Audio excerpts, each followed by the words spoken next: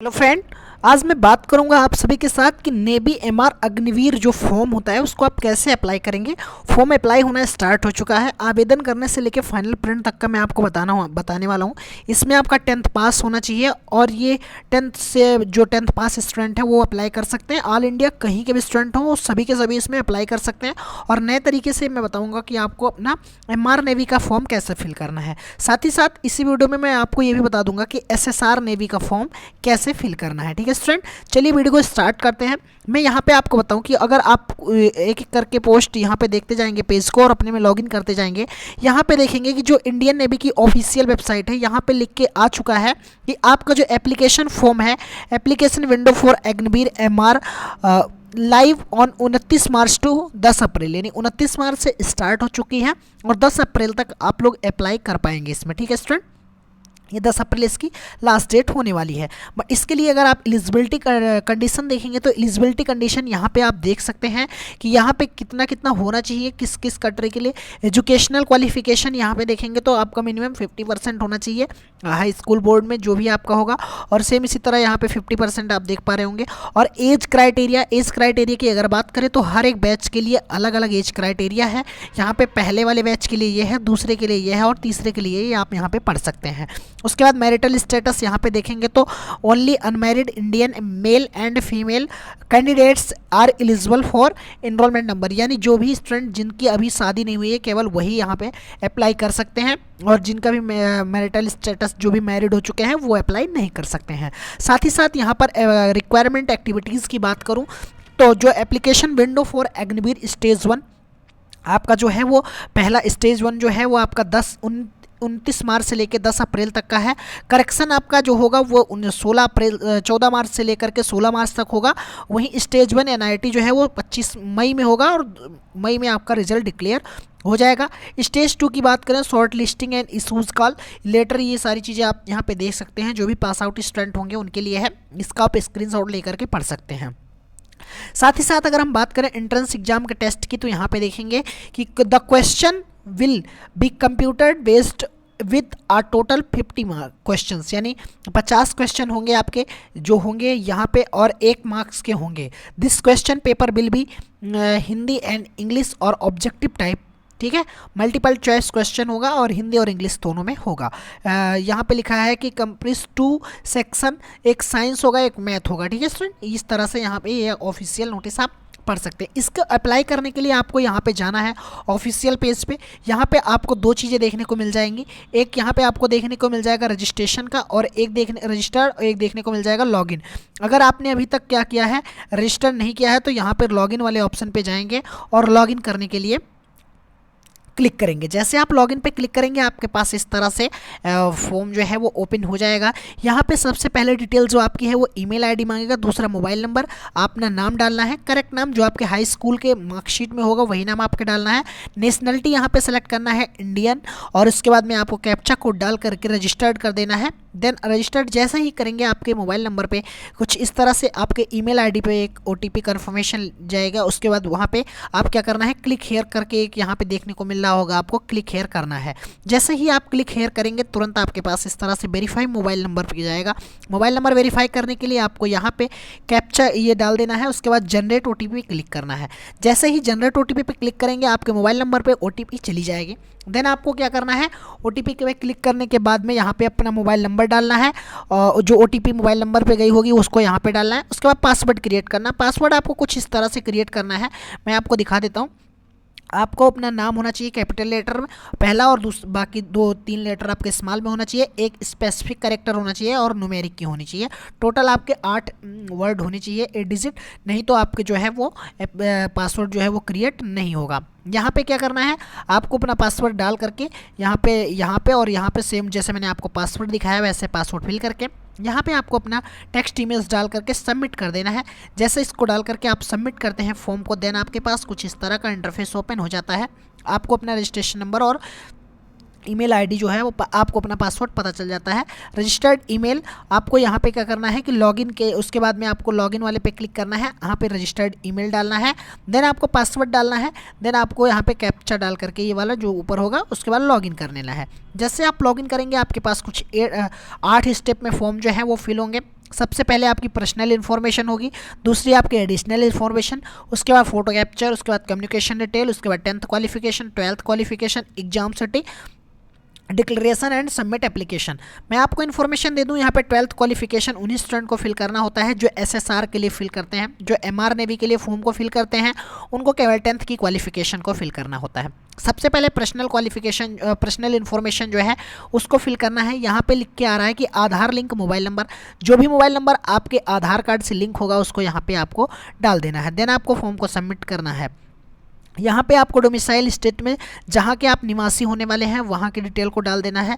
Then आपके पास कुछ यहाँ पे जब उस आधार से लिंक मोबाइल नंबर डालेंगे तो यहाँ पे आपको फिर से आ गया मोबाइल नंबर डालिए, या जैसा डिजी लॉकर से वेरिफिकेशन होता है उस तरह से आपको वेरिफिकेशन करना है। तीनों में से कोई आप एक चूज कर सकते हैं, आधार नंबर हो, मोबाइल नंबर हो या यूज़र नेम हो। जो भी आप चूज करेंगे उसको फिल करने के बाद अलाउ करेंगे तो यहाँ पर आपके पास आ जाएगा। जब तक आप इसको अलाउ नहीं करते तब तक आप यहाँ पे आप एमआर ने भी हो या एसएसआर ने भी हो दोनों का फॉर्म फिल नहीं कर सकते हैं। ये ऐसी चीज़ें होती हैं, अलाउ इसलिए करना होता है क्योंकि आपकी जो डिटेल होती हैं वो आधार कार्ड हो गया, जो भी वो आपका डिजी लॉकर पे होता है वो डिजी लॉकर से आपके डायरेक्ट जो एमआर नेवी या नेवी की जो वेबसाइट होती है उसको साथ शेयर हो जाता है नेवी डिपार्टमेंट के साथ। फिर उसके बाद में यहाँ पे आपको डोमिसाइल स्टेट अपने यहाँ पे सेलेक्ट करना है, जो भी आपका स्टेट होगा। देन आपको यहाँ पे अपना आधार नंबर फिर से डालना है और आधार से लिंक आपको मोबाइल दूसरा एक मोबाइल नंबर डालना है। डेट ऑफ बर्थ, यहाँ पे ये चीज़ें आप पढ़ लेंगे, जिस भी बैच के लिए आप फॉर्म को अप्लाई कर रहे होंगे वहाँ पे उस बैच के लिए आप इस पे यहाँ पे एज लिमिट जो है वो देखी दी गई है, उस हिसाब से आप यहाँ पे सेलेक्ट कर पाएंगे कि किस कैटेगरी के लिए जो आप कौन सी बैच के लिए आप फॉर्म को फिल कर रहे हैं और कौन सी आपकी एज क्या होने वाली है। ठीक है, सेम उसी तरह यहाँ पे अगर जाएंगे तो यहाँ पे अगर आप इनमें से कोई है एनसीसी कैंडिडेट है या स्पॉन्सर्ड कैंडिडेट है, ये जो भी आप होंगे यहाँ पे सेलेक्ट कर लेना। अगर कोई नहीं है तो आपको कुछ नहीं सेलेक्ट करना है।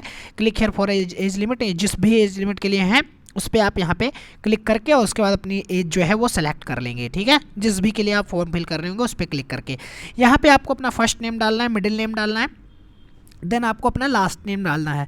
तीनों फिल करने के बाद में आपके पास कुछ इस तरह से ओपन हो जाएगा। आपको अपना पेरेंट्स का नेम डालना है। यहाँ पे पेरेंट्स का क्या नाम है, गार्जियन नेम में और पेरेंट्स नेम दोनों में आप सेम डाल सकते हैं, कोई दिक्कत नहीं है।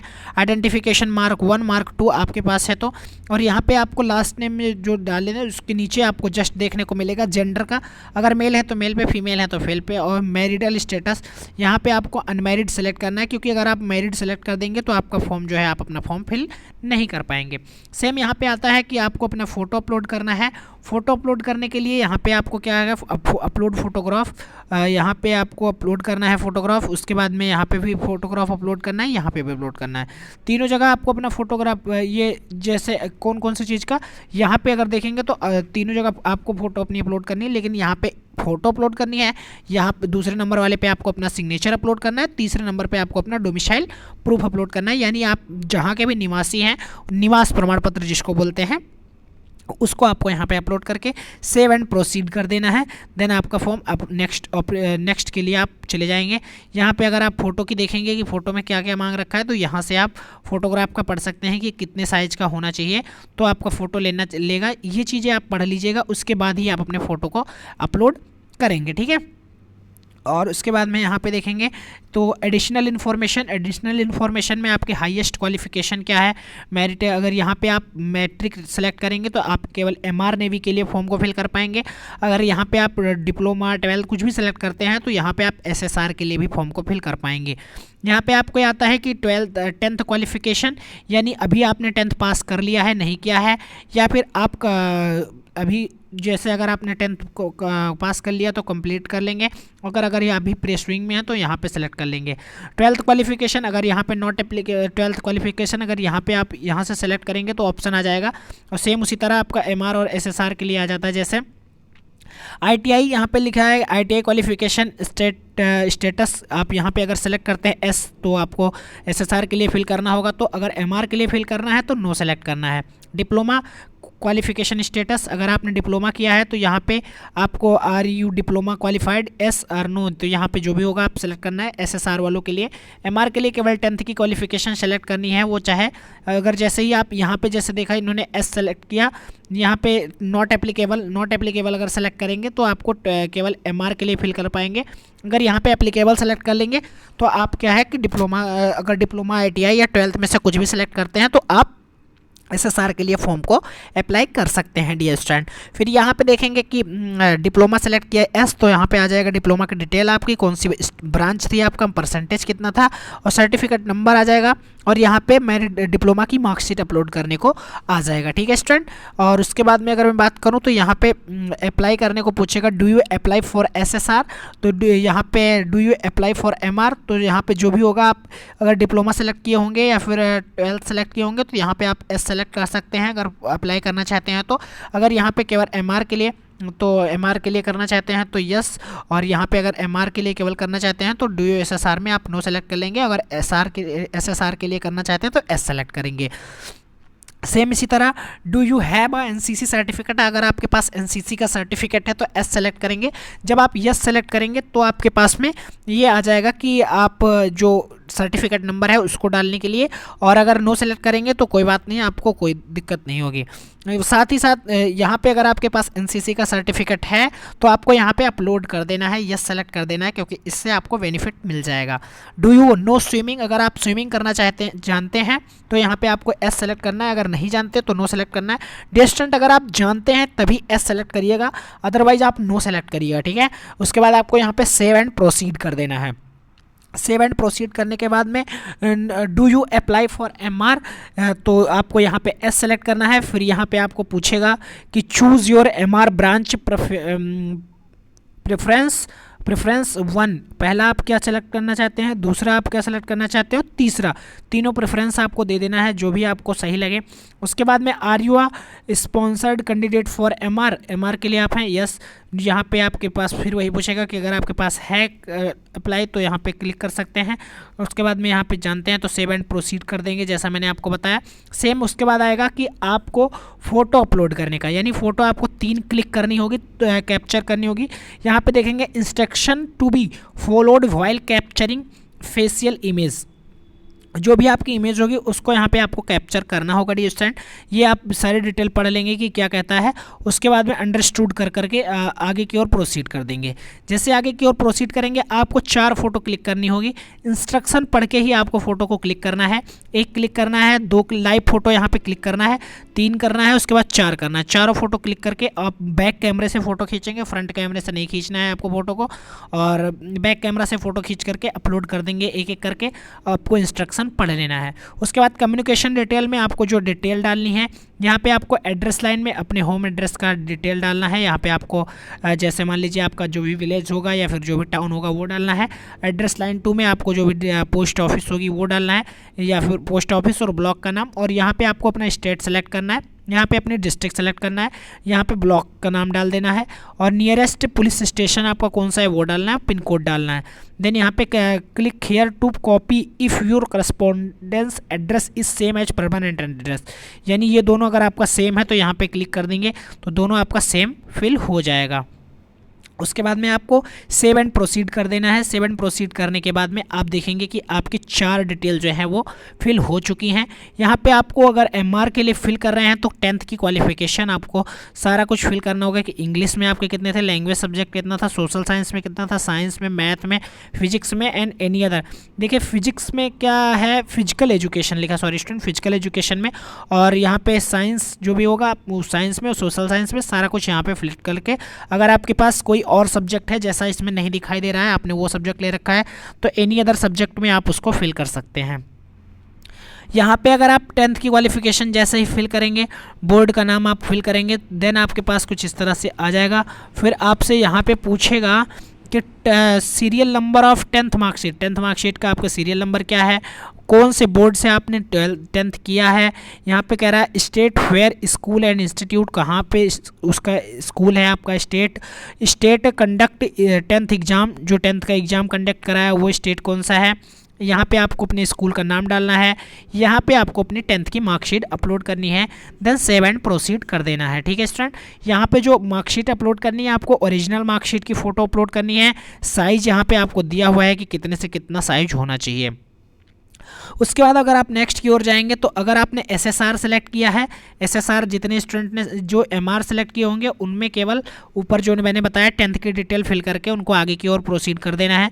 अगर आपने एसएसआर सेलेक्ट किया है तो एसएसआर में आपको ये भी डिटेल फिल करनी होगी। इंग्लिश हो गई, लैंग्वेज हो गई, फिजिक्स हो गई, chemistry, math, biology, computer science, जो भी यहाँ पे आपका सब्जेक्ट होगा वो सेलेक्ट कर देंगे। लैंग्वेज सब्जेक्ट में आपको हिंदी, जो हिंदी होती है ना, उसको यहाँ पे आपको डालना है। यूपी वाले जो भी हिंदी लेते हैं और जो भी अपनी जो भी लैंग्वेज सब्जेक्ट होगी वो अपना लैंग्वेज सब्जेक्ट डाल देंगे। जैसे हर एक स्टेट की लैंग्वेज सब्जेक्ट अलग अलग होती है। उसके बाद अगर आप यहाँ पे जैसे फिल कर देंगे सारे डिटेल फिल करने के बाद में यहाँ पे आपको आएगा ये आपका ये स्टेप कंप्लीट हो गया 12th क्वालिफिकेशन का। फिर आता है एग्ज़ाम सिटी चॉइस, यानी आपको एग्ज़ाम सिटी खुद से चॉइस करना है कि कौन कौन सी आपकी एग्ज़ाम सिटी होने वाली है। देखिए क्या है कि एग्ज़ाम सेंटर प्रेफरेंस, आप किसको प्रेफरेंस देना चाहते हैं।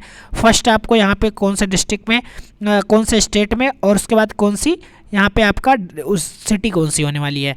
दूसरा आपका कौन सा स्टेट है, कौन सी सिटी होने वाली है। तीसरा आपका कौन सा स्टेट है, कौन सी सिटी वाली है। 3 ऑप्शन आपको मिलेगा। यहाँ पे सेव एंड प्रोसीड कर देंगे इन तीनों को सेलेक्ट करने के बाद में।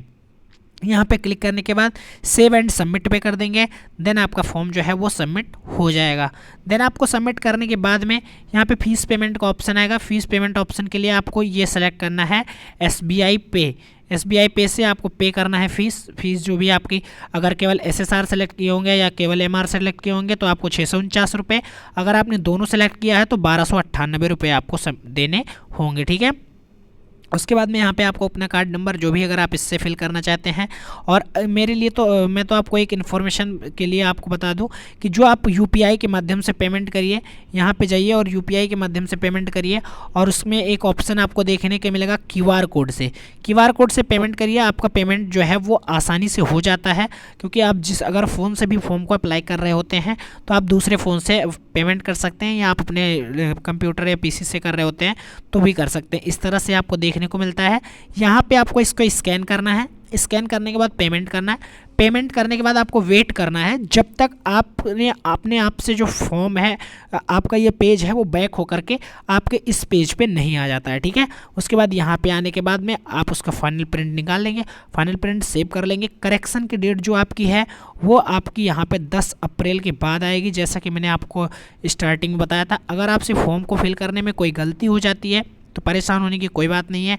जो करेक्शन है वो आपका स्टार्ट होगा, वो आपका करेक्शन 14 अप्रैल से 16 अप्रैल तक करेक्शन होगा। तो ये डेट आपको याद रखना है। अगर कोई फॉर्म फिल करने में गलती हो जाती है तो परेशान होने की कोई बात नहीं है। ओके स्टूडेंट, तो मैं आशा करता हूँ इन चीज़ों को आप समझ गए होंगे। अगर समझ गए हैं तो वीडियो को लाइक करें, शेयर करें। Thank you for watching this video में बने रहने के लिए धन्यवाद।